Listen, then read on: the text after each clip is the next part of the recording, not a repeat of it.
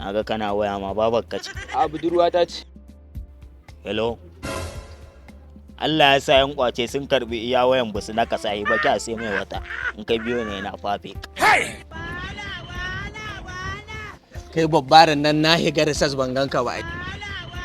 Da ka taga wani gurgu nan kana ganin sa masaki ne. Maza babba. Ka tattare shi guri ɗaya babba. Ka kyaɗa shi da ƙasa. Zurar hannun nan tashi ka ɗauke ta gaba ɗaya. Kar ka sake ka bai wani motsi. Iya dai. Ta a ga za mu zalunci marayan Allah unguwan nan.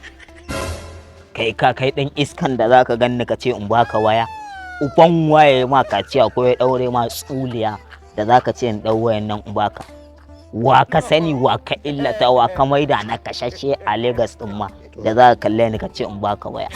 Na fi ka tasha, na fi ka hauka, na fi ka shan kwaya da kwatan ma. Kaji ka kula ka dafe. Tsara nake ina caccaka karfe a nan go. Me ka gani? Kamburi ko to yanzu za ta yi aiki a kanka. Gwagwarin nan ko warkar ana kashe ka ne ni yayi. Babba kai ka kwace.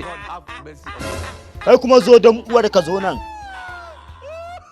Ban waye mai gidanka a sabgar daba da zaka ce a mun kwace. Abale. Yi plate anan da uwarka.